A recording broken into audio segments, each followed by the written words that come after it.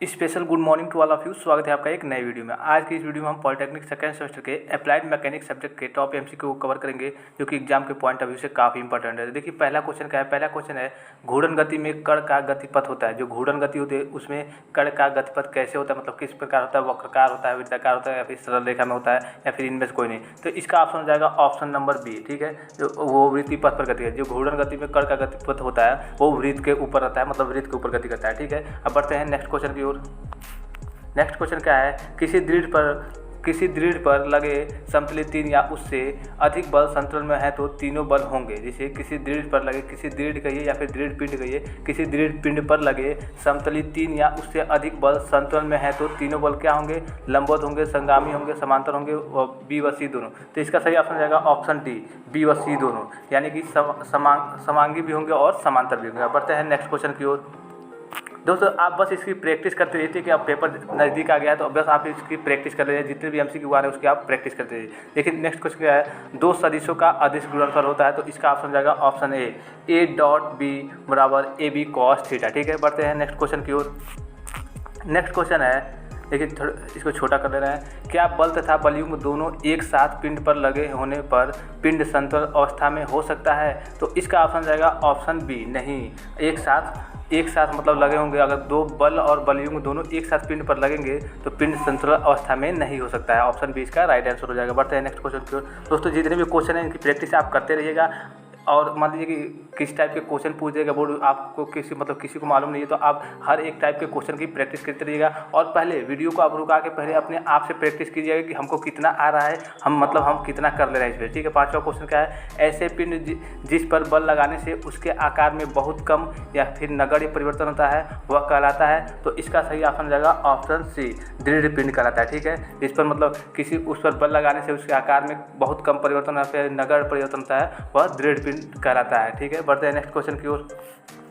Next question है बलों के विभिन्न समूहों को क्या कहते हैं? तो इसका सही ऑप्शन जाएगा ऑप्शन सी, बल निकाय। देखिए यहाँ पे ऑप्शन दिया है बलयुग्म और बल विश्लेषण, तो ये दोनों नहीं होगा, बल निकाय इसका ऑप्शन राइट हो जाएगा। ऑप्शन को देख के आप कंफ्यूज मत हो जाइएगा। बढ़ते हैं नेक्स्ट क्वेश्चन की ओर। नेक्स्ट क्वेश्चन क्या है। जड़त्व आघूर्ण आई के लिए अभिलंब अक्ष की परिमेय क्या होती है? देखिए अभिलंब अक्ष, समांतर अक्ष नहीं कह रहा है, अभिलंब अक्ष की परिमेय क्या होती है? तो इसका ऑप्शन जाएगा option C, I Z Z equal to I X X plus I Y. देखिए आप पढ़े होंगे, आपका जो लंब अक्ष का परिमेय होगा, आप सब फर्स्ट सेमेस्टर में होंगे तो पढ़े होंगे I Z equal to I X plus I Y. तो कई जगह आपको ये ऑप्शन दिखेगा, तो आप ये ऑप्शन ट्रिक करके चले आएंगे और आपका आंसर गलत हो जाएगा। ठीक है, यहाँ पे होगा I Z Z equal to I X X plus I Y Y. जो आप फर्स्ट सेमेस्टर में पढ़े थे उससे थोड़ा ये अलग है। बढ़ते हैं हम नेक्स्ट क्वेश्चन की ओर। नेक्स्ट क्वेश्चन है जड़त्व का नियम सर्वप्रथम किसने दिया था? जड़त्व का जो नियम है सर्वप्रथम किसने दिया था? तो इसका ऑप्शन जाएगा ऑप्शन बी, गैलीलियो ने सर्वप्रथम इसका नियम दिया था। बढ़ते हैं नेक्स्ट क्वेश्चन की ओर। दोस्तों जितने भी क्वेश्चन है काफ़ी इंपॉर्टेंट क्वेश्चन है, आप इस पर फोकस जरूर कीजिएगा। लामी की परिमेय में कितने बलों का प्रयोग किया? जो लामी की परिमेय है उसमें कितने बलों का प्रयोग किया जाता है, मतलब यूज किया जाता है? तो इसका सही ऑप्शन जाएगा ऑप्शन सी, 3 बलों का प्रयोग किया जाता है। बढ़ते हैं नेक्स्ट क्वेश्चन की ओर। नेक्स्ट क्वेश्चन है यदि दो बल क्रमशः 1.5 न्यूटन और 15 न्यूटन के हो तो इनके अधिकतम और न्यूनतम परिणामी क्या होंगे? देखिए अधिकतम और न्यूनतम मतलब देखिए P प्लस क्यू पूछ रहा है, अधिकतम परिणामी क्या होंगे? P प्लस क्यू, तो P 15 प्लस 1.5 तो 16.5 हो जाएगा, और न्यूनतम तो P माइनस क्यू, 15 माइनस 1.5 तो 30.5। तो ऑप्शन देखिए ऑप्शन सी इसका राइट आंसर हो जाएगा। इस टाइप के क्वेश्चन पूछने के ज़्यादा चांसेस हैं, जैसे कि अगर आप अधिकतम न्यूनतम परिणामी जानेंगे नहीं, अगर इसका आपको फार्मूले टाइप का नहीं मालूम अगर कई लोग डिवाइड में मतलब अदरवाइज कुछ भी करने लगेंगे, जब मालूम ही नहीं रहेगा तो क्या करेंगे? तो आप बस क्वेश्चन की प्रैक्टिस करते रहिए, हर एक क्वेश्चन, हर टाइप के क्वेश्चन की प्रैक्टिस करते रहिए। बढ़ते हैं नेक्स्ट क्वेश्चन की ओर। नेक्स्ट क्वेश्चन है किसी पिंड पर लगने वाला ऐसा बल जो अन्य बलों के साथ मिलकर पिंड को साम्य अवस्था में रखता है वह कहलाता है? तो इसका ऑप्शन हो जाएगा ऑप्शन नंबर सी। देखिए इसमें कई बच्चे कन्फ्यूजन होंगे, इन्हीं दोनों में से कोई किसी पे टिक करते। ठीक है, इसमें से इन्हीं दोनों पे से किसी पे टिक करते, कई बच्चे मतलब जितने कई विद्यार्थी इस पर कन्फ्यूज होते। तो इसका ऑप्शन कौन सा होगा? इसका ऑप्शन होगा ऑप्शन सी, साम्यक बल। मतलब किसी भी पिंड पर लगने वाला ऐसा बल जो अन्य बलों के साथ मिलकर पिंड को साम्य अवस्था में रखता है वह साम्यक बल कहलाता है। ठीक है, ऑप्शन सी इसका राइट आंसर हो जाएगा। बढ़ते हैं नेक्स्ट क्वेश्चन की ओर।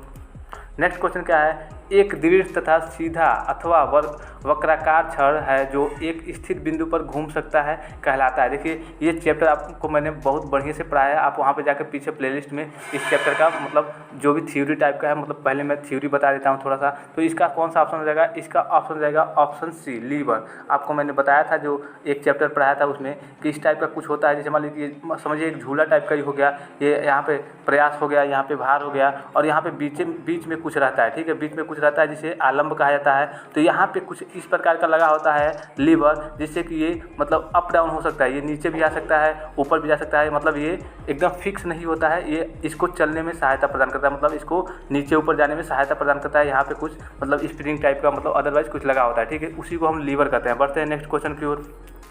नेक्स्ट क्वेश्चन क्या है, किसी वस्तु की अक्ष से दूरी 13 मीटर हो तथा 10 किलोग्राम का द्रव्यमान लगा हो तो वस्तु का जड़त्व आघूर्ण क्या होगा। देखिए जड़त्व आघूर्ण का पहले आपको फार्मूला याद रखना चाहिए। तो क्या होता है फार्मूला जड़त्व आघूर्ण का, I बराबर mr² या फिर ml² कर लीजिए। तो m का मान कितना दिया है 10 और r का मान कितना दिया है 13, ठीक है, 13 का स्क्वायर कितना है 169 इंटू 10, तो हो जाएगा 1690, 1690। तो 1690 देखिए 1690 ऑप्शन सी इसका। आप देखिए कई बच्चे क्या कंफ्यूज हो जाएंगे, जैसे मान लीजिए किलोग्राम मीटर स्क्वायर यहाँ पे दिया है, तो कई जगह ऑप्शन में दिया रहेगा, यहाँ पे भी मान लीजिए 1690 दे दिया, यहाँ पे भी मान लीजिए 1690 दे दिया, और यहाँ पे ऑप्शन में कंफ्यूज हो जाएंगे कि इसका मतलब क्या होगा, ये जो मात्रक है ये क्या होगा। तो देखिए m का होता है जो आपका दिया है mr², तो यहाँ पे दिया आपका द्रव्यमान, इसका किलोग्राम हो जाएगा, और r² जो दूरी है तो इसका मीटर होता है दूरी का, तो मीटर स्क्वायर होगा, तो किलोग्राम मीटर स्क्वायर हो जाएगा, ठीक है, ऑप्शन सी इसका राइट आंसर हो जाएगा। बढ़ते हैं नेक्स्ट क्वेश्चन की ओर।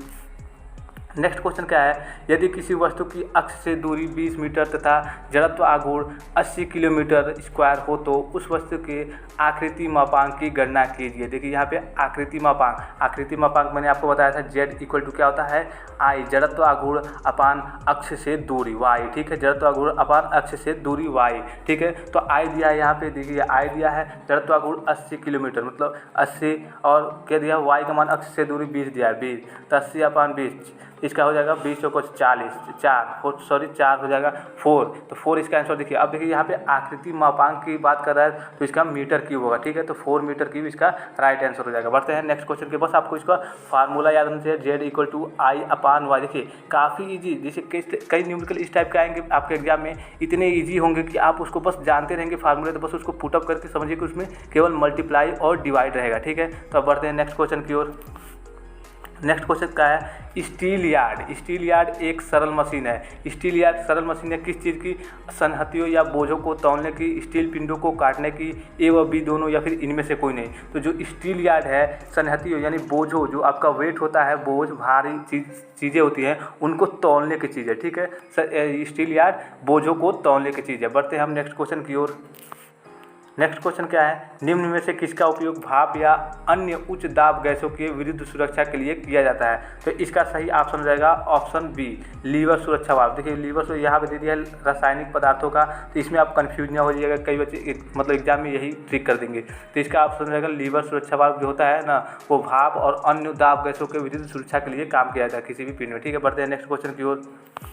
नेक्स्ट क्वेश्चन है, पैदल चलना, मालिश करना किस घर्षण का उदाहरण है। जैसे कि पैदल चलना हो गया, मालिश करना हो गया, ये सब किस घर्षण का उदाहरण है। तो इसका ऑप्शन हो जाएगा ऑप्शन बी, सर्पी घर्षण, ठीक है, इंपॉर्टेंट है सर्पी घर्षण, इसमें जितने भी घर्षण है सब इंपॉर्टेंट है। बढ़ते हैं नेक्स्ट क्वेश्चन की ओर। नेक्स्ट क्वेश्चन क्या है, बाल एवं रोलर बीयरिंग स्केटिंग पहिया युक्त वाहन किस घर्षण का उदाहरण, मतलब जितने भी वाहन है पहिया युक्त मतलब वाहन है वो किस के, जैसे हम मान लीजिए कि स्केटिंग करते हैं या फिर रोलिंग बीयरिंग करते हैं या फिर जितने भी कार हो गए उनमें पहिया हो गई युक्त वाहन है वो किस घर्षण का उदाहरण है। मतलब जैसे कार रोड पे चलती है तो ये सब किस घर्षण के उदाहरण है। तो इसका ऑप्शन कौन सा हो जाएगा, इसका ऑप्शन हो जाएगा ऑप्शन ए, लूठन घर्षण। एक लूठन घर्षण आता है, इसके ये सब उदाहरण है, ठीक है। लूठन घर्षण को आप जैसे अगर आपको नहीं मालूम होगा तो आप हमारे वीडियो को प्लेलिस्ट में चल जाइए, वहाँ से आपको मिल जाएगा लूठन घर्षण क्या होता है। बढ़ते हैं नेक्स्ट क्वेश्चन की ओर। नेक्स्ट क्वेश्चन क्या है, देखिए यांत्रिक लाभ, देखिए इंपॉर्टेंट है यांत्रिक लाभ मैकेनिकल एडवांटेज का सूत्र क्या होता है। जैसे कि इसका पूरा प्रोसेस मैंने आपको इस मशीन जो चैप्टर है उसके शुरू के वीडियो में बताया है। अगर वो चैप्टर आपने नहीं पढ़ा तो आप सिंपली प्लेलिस्ट में जाइए, वहाँ से आप मशीन का चैप्टर पूरा थ्योरी शुरू का पढ़ लीजिए, ठीक है। तो इसका देखिए मैकेनिकल एडवांटेज क्या होता है, MA मैकेनिकल एडवांटेज MA के बाद MA क्या होता है, भार। जैसे जो आपका प्रयास जो आपका भार रहेगा, जैसे आपको मालूम मैंने फिगर के थ्रू बताया था, इस टाइप का कुछ होता है। यहाँ से आप ये समझिए एक झूला टाइप का है, यहाँ से आप नीचे भी जा सकते हैं। इसको नीचे खींचेंगे तो ये कुछ ऊपर की ओर जाएगा। तो यहाँ पे ये प्रयास रहता है आपका, और यहाँ पे डब्ल्यू रहता है, भार होता है, ठीक है। तो भार और प्रयास के अनुपात को मतलब किया गया, जो आपका भार रहता है, मशीन का भार और प्रयास, जो प्रयास हम लगाते हैं उसी के अनुपात को हम क्या कहते हैं, मैकेनिकल एडवांटेज यानी यांत्रिक लाभ। तो MA = क्या होता है, W/P। तो देखिए MA = W/P। देखिए कहीं ऑप्शन में देखिए तीसरा पर MA = दिया है W = MA × P। तो देखिए इसके पक्षांतर करेंगे तो MA = W/P आ जाएगा, ठीक है। ऑप्शन सी इसका राइट आंसर हो जाएगा, ठीक है। इस चैप्टर को आपने नहीं पढ़ा है तो मशीन वाले आप प्लेलिस्ट में चल जाइए, मशीन वाले चैप्टर में चल जाइए, उसमें काफ़ी आसानी से आपको सारी चीज़ें बताई गई हैं। बढ़ते हैं हम नेक्स्ट क्वेश्चन की ओर। नेक्स्ट क्वेश्चन क्या है, यांत्रिक लाभ का मात्रक होता है, जो मैकेनिकल एडवांटेज होता है, ठीक है। तो आपको क्या होता है, मैंने अभी W/P। तो W देखिए, W भी एक प्रकार का कार्य है, मतलब इसका भी न्यूटन होगा, और P भी एक प्रकार का मतलब कार्य ही का है। जैसे हम प्रयास यहाँ पे लगा रहे हैं, ठीक है, यहाँ पे कुछ प्रयास लगा रहे हैं, तभी तो यहाँ से ये उठकर ये मान लीजिए यहाँ पे हमने इसको नीचे की ओर खींचा तो यहाँ पे उतना ऊपर की ओर उठ के गया, तो ये भी तो एक प्रकार का बल ही होगा, बल ही कार्य करेगा यहाँ पे भी। तो दोनों का मात्रक न्यूटन होगा, न्यूटन से न्यूटन कट जाएगा इसमें से, मतलब ये मात्रक विहीन है, ठीक है। तो इसका कौन सा ऑप्शन हो जाएगा, ऑप्शन डी इसका राइट आंसर हो जाएगा। बढ़ते हैं नेक्स्ट क्वेश्चन की ओर। नेक्स्ट क्वेश्चन है, वेगानुपात का सूत्र होता है, वेगानुपात, वेलोसिटी रेशियो। देखिए ये काफ़ी इंपॉर्टेंट है। वेगानुपात मतलब प्रयास द्वारा चली गई दूरी अपान में भार द्वारा चली गई दूरी। जैसे कि मान लीजिए फिगर के थ्रू एक बार और आपको हम बता दें, ये आपका हो गया इस प्रकार का कुछ हो गया, यहाँ पे लीवर है और ये आलम्ब है। तो देखिए यहाँ पे कोई ये जो आपका प्रयास है और ये भार है, ठीक है, ये कहलाता है। तो यहाँ से कोई हम मान लीजिए कि इसको नीचे की ओर खींच रहे हैं यहाँ से y दूरी पर, तो ये क्या होता है, x दूरी पर यहाँ से ऊपर चला जाता है, ठीक है। तो क्या पूछ रहा है, वेगानुपात का सूत्र क्या होता है। तो प्रयास द्वारा चली गई दूरी, प्रयास द्वारा चली गई दूरी क्या है, प्रयास द्वारा देखिए P, प्रयास द्वारा चली गई दूरी y, और भार द्वारा चली गई दूरी x। इसी के अनुपात को y/x के अनुपात को हम क्या कहते हैं, वेगानुपात। तो V = क्या दिया है, y/x, प्रयास द्वारा चली गई दूरी और भार द्वारा चली गई दूरी। तो इसका कौन सा ऑप्शन रहेगा, ऑप्शन ए इसका राइट आंसर हो जाएगा। प्रयास द्वारा चली गई दूरी y और भार द्वारा चली गई दूरी x। तो ऑप्शन ए इसका राइट आंसर हो जाएगा। इसका कॉन्सेप्ट मैंने मशीन के चैप्टर में काफ़ी बढ़िया से बताया है, वहाँ पे आप जाकर प्लेलिस्ट में वहाँ से उस वीडियो को देखना होगा तो देख लीजिएगा। अब बढ़ते हैं नेक्स्ट क्वेश्चन की ओर। नेक्स्ट क्वेश्चन क्या है, निम्न में से मशीन की दत्त ऊर्जा इनपुट का सूत्र होगा। देखिए दत्त ऊर्जा इनपुट क्या होता है, प्रयास द्वारा किए गए कार्य। जैसे मान लीजिए कि अभी आपको बताया मैंने, ये भार होता है और ये प्रयास होता है, ठीक है। तो ये प्रयास क्या करता है, नीचे की हम खींचेंगे कुछ y दूरी पर, तो जो प्रयास द्वारा किया गया पूरा कार्य होता है, मतलब यहाँ पे हम जो पूरा कार्य करेंगे उसी को हम क्या कहते हैं, मशीन की दत्त ऊर्जा। मतलब जो हमारे द्वारा मशीन पर किया गया कार्य, मतलब हमारे द्वारा किया गया कार्य है और ये मशीन द्वारा किया गया कार्य है, ठीक है। तो जो हमारे द्वारा पूरा किया गया कार्य होगा उसी को हम इनपुट, मतलब हम जो देते हैं, ठीक है। तो इनपुट क्या हो जाएगा, P आपका इनपुट हो जाएगा प्रयास और प्रयास द्वारा चली गई दूरी P × y, ठीक है। P × y देखिए ऑप्शन में कहीं दिख रहा है, ऑप्शन ए इसका राइट आंसर हो जाएगा, ठीक है। ऑप्शन ए इसका राइट आंसर हो जाएगा। बढ़ते हैं हम नेक्स्ट क्वेश्चन की ओर। नेक्स्ट क्वेश्चन क्या है, बल युग्म का SI मात्रक होता है। बल युग्म का SI मात्रक क्या होता है, देखिए बल युग्म क्या होता है, बल इंटू दूरी, ठीक है, F × D। तो न्यूटन और दूरी का मीटर, न्यूटन मीटर। देखिए ऑप्शन बी इसका राइट आंसर हो जाएगा, ठीक है। ऑप्शन बी इसका राइट आंसर हो जाएगा। बढ़ते हैं नेक्स्ट क्वेश्चन की ओर। नेक्स्ट क्वेश्चन है, बल युग्म कैसी राशि है। तो बल युग्म कैसी राशि है, बल युग्म एक सदिश राशि है, ठीक है। जिसमें परिमाण और दिशा दोनों होते हैं। बल युग्म एक सदिश राशि है, मतलब वेक्टर क्वांटिटी है, ठीक है। बल युग्म एक वेक्टर क्वांटिटी है। बढ़ते हैं हम नेक्स्ट क्वेश्चन की ओर। नेक्स्ट क्वेश्चन है, देखिए न्यूमेरिकल टाइप का क्वेश्चन, किसी मशीन का भार 30 न्यूटन है और उसे 10 न्यूटन के प्रयास से उठाया जाता है, तो मशीन का यांत्रिक लाभ कितना होगा। देखिए क्या पूछ रहा है, निम्न, बस आपको क्वेश्चन को सही तरीके से समझना और उसके मान को आपको नोट करते जाना। देखिए किसी मशीन का भार, मतलब W = दिया है 30 न्यूटन और उसे 10 न्यूटन के प्रयास से उठाया जाता है, P = 10 न्यूटन, तो मशीन का यांत्रिक लाभ कितना होगा। आपको मालूम है यांत्रिक लाभ क्या होता है, प्रयास, जैसे आपका जो भार होता है मशीन का भार W/ प्रयास जो लगाया जाता है, प्रयास उसका आप अनुपात होता है, ठीक है। तो W/P, अब W का मान कितना दिया है 30 न्यूटन और P का मान 10 न्यूटन, तो 3। अब इसका मैंने पहले ही बता दिया, इसका कोई मात्रक नहीं होता, ये मात्रक विहीन राशि है, ठीक है। तो W/30 30/10, तो 3 इसका। देखिए ऑप्शन कौन सा दिख रहा है, ऑप्शन बी इसका राइट आंसर हो जाएगा। बस आप क्वेश्चन की प्रैक्टिस करते रहिए, वीडियो को स्पीड भी आप बढ़ा सकते हैं, स्पीड बढ़ा के भी देख सकते हैं, लेकिन हो सके कि आपको उससे समझ में ना आए तो आप आराम से भी देख सकते हैं, या फिर अदरवाइज आपकी इच्छा के ऊपर है, ठीक है। अब बढ़ते हैं नेक्स्ट क्वेश्चन की ओर। नेक्स्ट क्वेश्चन है, एक आदर्श मशीन पर लगाया गया प्रयास P मतलब 5 न्यूटन है तथा प्रयास द्वारा चली गई दूरी 250 सेंटीमीटर है। मशीन की दत्त ऊर्जा इनपुट का मान होगा। देखिए यहाँ पे इनपुट मतलब आई, जैसे मान लीजिए कि ये फिगर हो गया आपका, यहाँ पे प्रयास रहता है और यहाँ पे भार रहता है, ठीक है। तो इसके द्वारा यहाँ पे हमने प्रयास नीचे की ओर खींचा तो y दूरी पर P द्वारा, तो ये W द्वारा यहाँ पे x दूरी पर ऊपर जाएगा। तो हमसे क्या पूछ रहा है? इनपुट। हमें केवल इधर का मान पूछ रहा है, इससे हमें कोई मतलब नहीं है, ठीक है। तो यहाँ पे हमें इसका पूछ रहा है कि इनपुट द्वारा मतलब इनपुट दत्त ऊर्जा का मान कितना होगा। तो हम जानते हैं कि यहाँ पे पूरा किया गया कार्य वही तो दत्त ऊर्जा है, तो इनपुट बराबर हो जाएगा P इंटू वाई। अब देखिए यहाँ पे दिया है प्रयास 5 newton, P equal to 5 newton दिया है और प्रयास द्वारा चली गई दूरी y दिया है 250 सेंटीमीटर। देखिए 250 सेंटीमीटर को डिवाइड देंगे, हमको मीटर में चाहिए, तो 100 से इसको डिवाइड करेंगे तो 25 एक जीरो से एक जीरो कर जाएगा और 10 बचा है तो 2.5, तो 2.5 मीटर होगा। चलिए इसको क्लियर कर लेते हैं। तो 5 इंटू 2.5, तो 5 टू 10 मतलब 10 इंटू 2 12.5 और न्यूटन मीटर, ठीक है। 12.5 न्यूटन मीटर इसका आंसर हो जाएगा। देखिए अब देखिए न्यूटन मीटर, देखिए इसका मात्रक भी आप देख लीजिए, जैसे होता है input equal to P into Y, ठीक है। तो P क्या है? प्रयास, हमारा एक प्रकार का लगाया हुआ बल है हमारे द्वारा मतलब, और वाई क्या है? चली गई दूरी है, तो बल का क्या होगा? न्यूटन, और चली गई दूरी का मीटर, तो न्यूटन मीटर हो जाएगा इसका मात्रक। देखिए newton metre 12.5 newton metre, option C इसका राइट आंसर हो गया। बढ़ते हैं नेक्स्ट क्वेश्चन की ओर।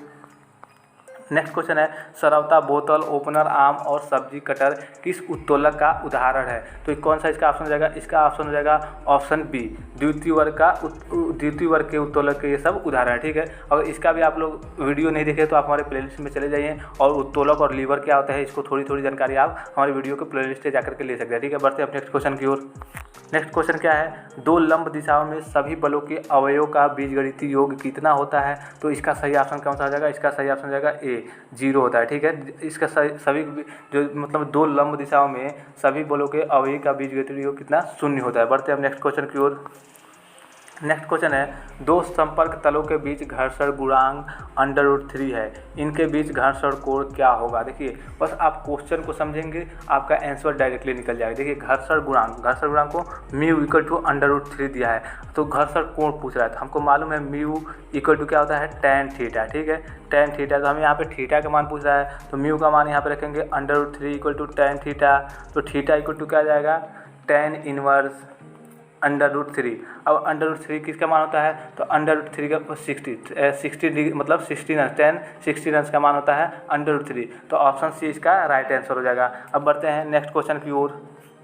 नेक्स्ट क्वेश्चन है यदि घर्षण कोण का मान, देखिए पिछले क्वेश्चन में घर्षण गुणांक का मान दिया था, यहाँ भी दिया है यदि घर्षण कोण का मान 30 डिग्री हो तो स्थैतिक घर्षण गुणांक का मान ज्ञात कीजिए। जैसे मी हो गया स्थैतिक घर्षण के लिए, यहाँ पे यस लगाते हैं तो B S equal to tan theta, ये भी हो जाएगा। अब हमें यहाँ पे क्या निकालना है? tan थीटा का मान दिया है, तो mu S equal to tan 30 का मान कितना होता है? 1/√3, ठीक है। तो म्यू एस स्थैतिक घर्षण का मान कितना हो गया? 1/√3, तो ऑप्शन बी इसका राइट आंसर हो जाएगा। बढ़ते हैं हम नेक्स्ट क्वेश्चन की ओर। नेक्स्ट क्वेश्चन है शक्ति की विमा होती है, तो शक्ति की विमा क्या होती है? अब इसको देख लेते हैं कैसे निकालेंगे। जैसे आपको मालूम है P इक्वल टू मतलब शक्ति इक्वल टू क्या होता है? कार्य बटा समय, ठीक है। तो कार्य क्या होता है? ml² t-2, ठीक है, ml² t-2, और नीचे टी टाइम का टी हो जाएगा, ठीक है। तो ये जब टी ऊपर जाएगा तो ये भी माइनस में हो जाएगा, ठीक है। तो ml² t यहाँ पे -2 है और -1 जुड़ेगा तो -3, तो ml² t-3 इसका देखिए ऑप्शन में कौन सा दिख रहा है? ऑप्शन सी इसका राइट आंसर हो जाएगा ml² t-3। अब बढ़ते हैं नेक्स्ट क्वेश्चन की ओर। जितने भी आपके मात्रक मतलब विमाएँ हैं, मात्रक और विमाएँ, उनको आप जरूर याद कर लीजिएगा, इसलिए कि ये काफ़ी, जैसे मान लीजिए कि बहुविकल्पी टाइप का प्रश्न आपके आएंगे तो इस टाइप के क्वेश्चन मात्रक और विमा से क्वेश्चन आने के चांसेस ज़्यादा हैं, ठीक है।